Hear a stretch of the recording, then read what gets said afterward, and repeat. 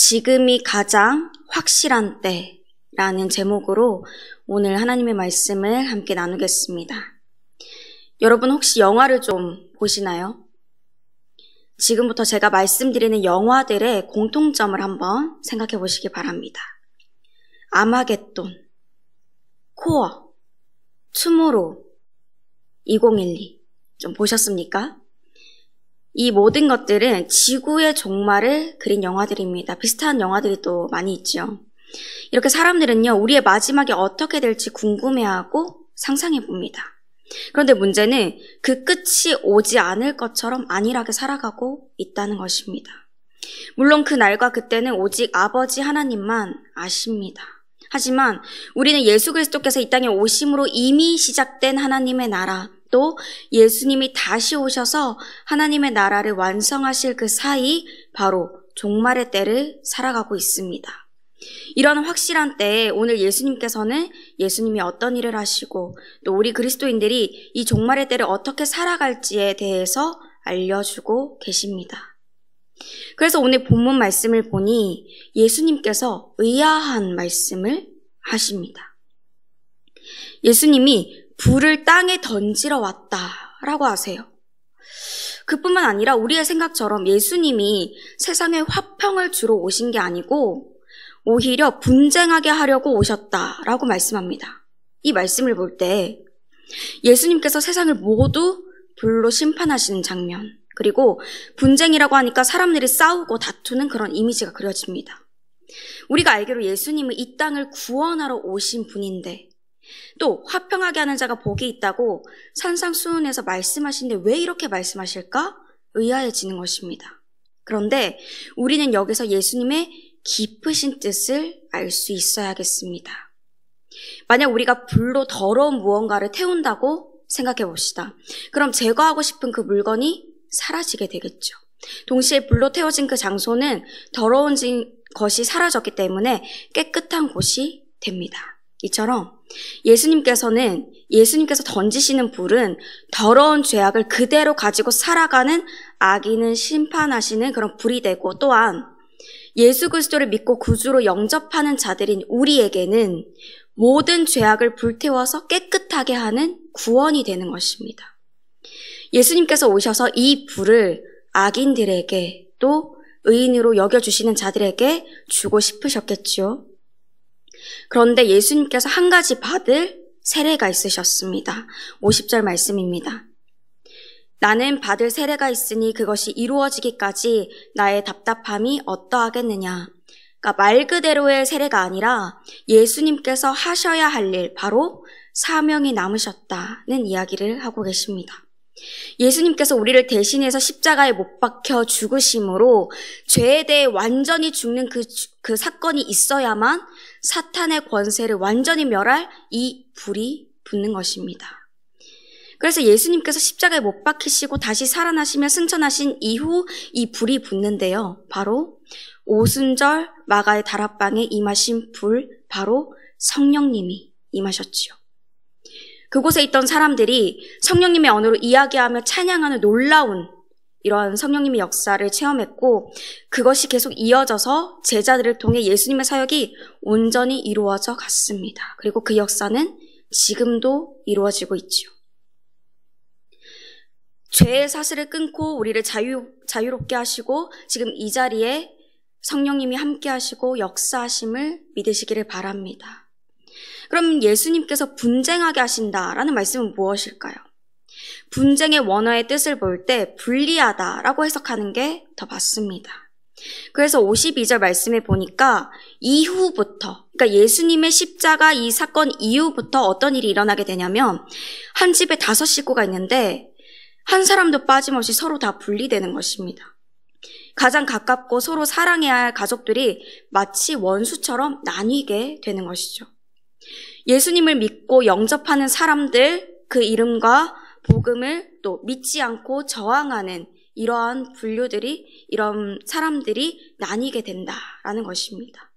이것은 애매하지 않고 확실히 나누어집니다. 빛과 어둠이 확연하게 나누어지듯이 진짜와 가짜가 나누어지는 것이죠. 교회를 가고 싶은데 가족의 누군가가 교회를 못 가게 해서 참 눈치가 보이고 그러다 보니까 주의를 지키기 위해 부딪히는 일들이 한 가정 안에 일어나게 되는 것입니다. 특별히 명절 때만 되면 이러한 갈등이 많이 일어나게 되지요.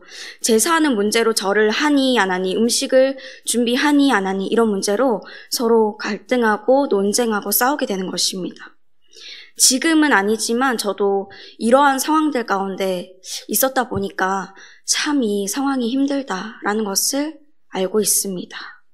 그럴 때면요, 예수님 믿는 것이 참 힘들구나라는 생각이 들 수가 있지요. 그러나 이렇게 갈등이 일어난다는 것은 여러분이 정말 예수님을 믿고 있다는 증거입니다. 이 세상에서 가짜가 아니라 진짜로 살아가고 있다는 증거가 되는 것이죠. 그러므로 이러한 영적인 전쟁이 일어날 때마다 이거 좌절하고 실망하고 너무 힘들다라고 포기하는 것이 아니라 예수님께서 약속하시고 하나님께서 보내주신 그 성령님을 힘입으시기를 바랍니다. 예수님께서요 확실히 그 성령님을 우리에게 보내주셨습니다. 그러므로 성령님의 힘으로 믿음의 선한 싸움을 담대히 이어가는 저와 여러분이 되시기를 바랍니다.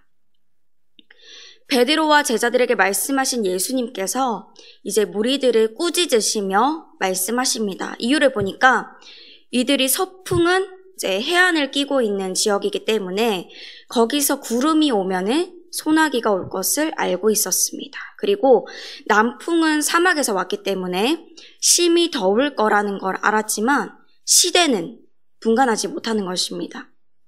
그러니까 우리나라 사람들도 우리나라가 사계절이라는 것을 알고 있기 때문에 겨울이 가고 봄이 올 때가 되면은 겨울 옷들을 정리하고 봄 옷들을 다시 꺼내게 됩니다. 여름이 되면은 장마가 올 것을 알아서 미리 대비하죠. 가을에는 건조한 기후가 계속되니까 산불을 조심합니다. 또 겨울을 맞을 준비를 해서 겨울을 잘 맞이하죠. 그런데 그런 현상은 잘 알면서도 예수님이 지금 확실하게 보여주고 계시는 하나님의 나라는 바라보지 못하고 있는 것입니다. 시대를 분별하지 못하는 것이죠. 예수님은 때에 대한 분별력을 가지라라고 말씀하시면서 우리가 능히 분별할 수 있도록 우리에게 도와주실 보혜사 성령님을 보내주셨습니다. 우리 스스로는 말씀을 읽을 때 어렵죠. 쉽지 않습니다. 저도 늘 공부합니다. 그래야 알 수 있어요. 이 말씀이 내 삶에 무엇이라 말씀하시는지 우리는 잘 알 수 없습니다. 그런데 성령님을 의지하면서 읽을 때 그 말씀이 내 삶에 진짜 적용이 되고 깨달아지는 것입니다. 감동이 되는 거예요. 그 말씀대로 살아낼 수 있는 지혜도 주시고 힘도 주시는 것입니다. 또 성령님은 지금의 시대에 어떤 영적인 위기와 공격이 있는지, 그래서 우리가 무엇을 위해서 기도해야 되는지 말씀을 통해 알려주시고 기도하게 하십니다. 그럼 우리는 무엇을 해야 합니까? 말씀을 읽어야죠. 내가 시간이 부족하다, 다른 거 해야 되기 때문에 좀 나중으로 미루겠다, 이게 아니라 지금 꼭 말씀을 읽어야 되는 것입니다. 그리고 성령님께 계속 여쭤봐야 되죠. 깨달을 수 있도록 기도해야 합니다. 어제 여쭤봤으니까 오늘은 그냥 넘어가는 것이 아니라 오늘도 내일도 매일의 삶 속에서 성령님께 여쭤보고 듣는 것이 내 삶이 되어야 하는 것입니다. 그 옛날 다윗이 늘 하나님 앞에서 주님, 제가 유다로 갈까요? 아니면 그냥 있을까요? 제가 내려갈까요?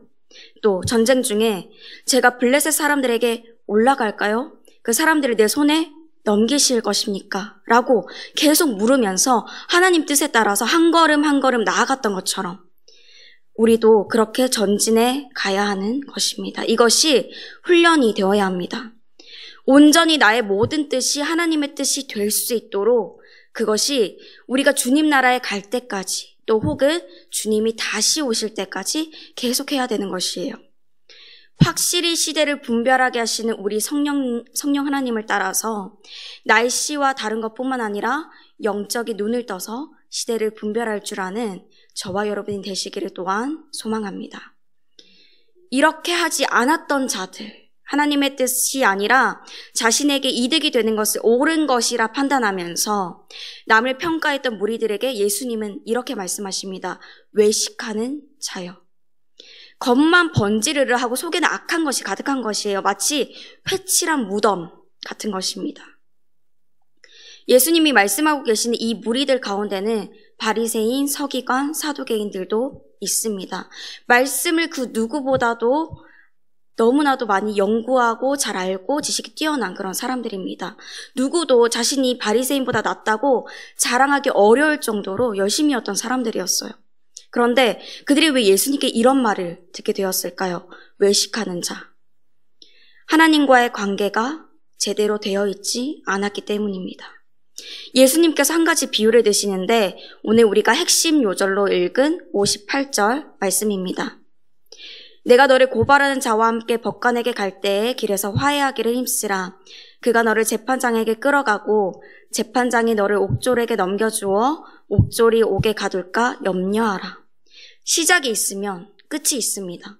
예수님을 믿지 않는 자나 믿는 자나 우리는 모두 태어났고 언젠가 모두 심판주이신 하나님의 그 최후의 심판대 앞에 서게 될 것입니다.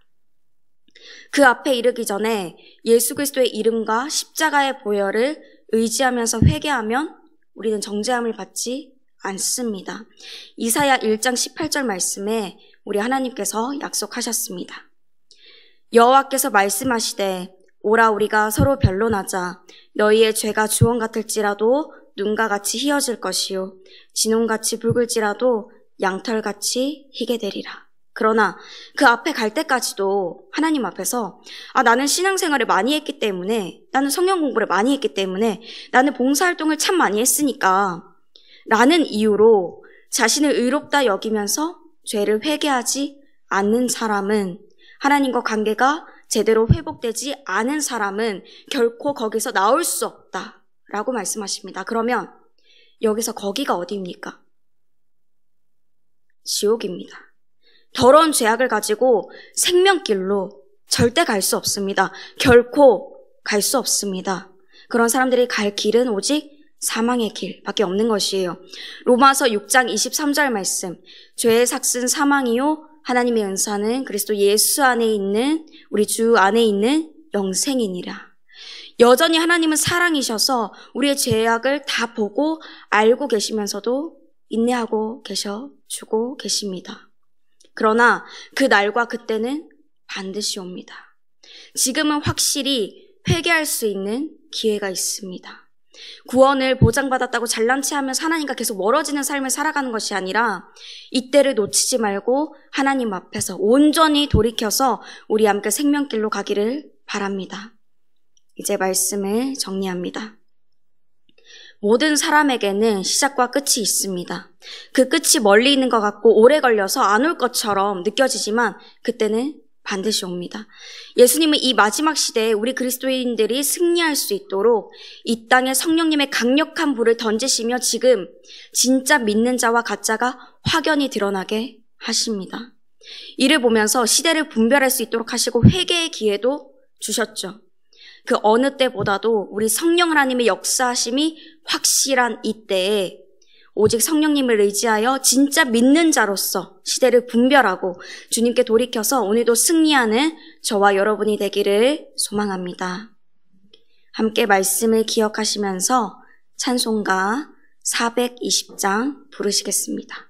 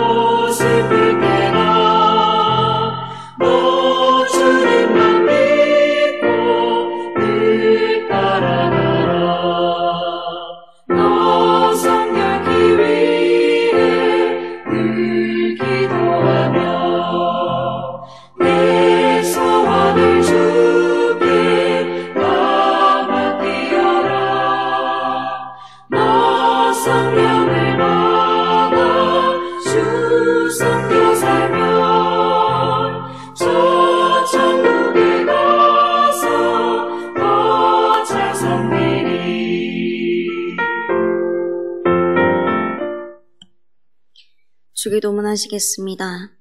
하늘에 계신 우리 아버지, 아버지의 이름을 거룩하게 하시며 아버지의 나라가 오게 하시며 아버지의 뜻이 하늘에서와 같이 땅에서도 이루어지게 하소서. 오늘 우리에게 일용할 양식을 주시고 우리가 우리에게 잘못한 사람을 용서하여 준 것 같이 우리 죄를 용서하여 주시고 우리를 시험에 빠지지 않게 하시고 악에서 구하소서. 나라와 권능과 영광이 영원히 아버지의 것입니다. 아멘.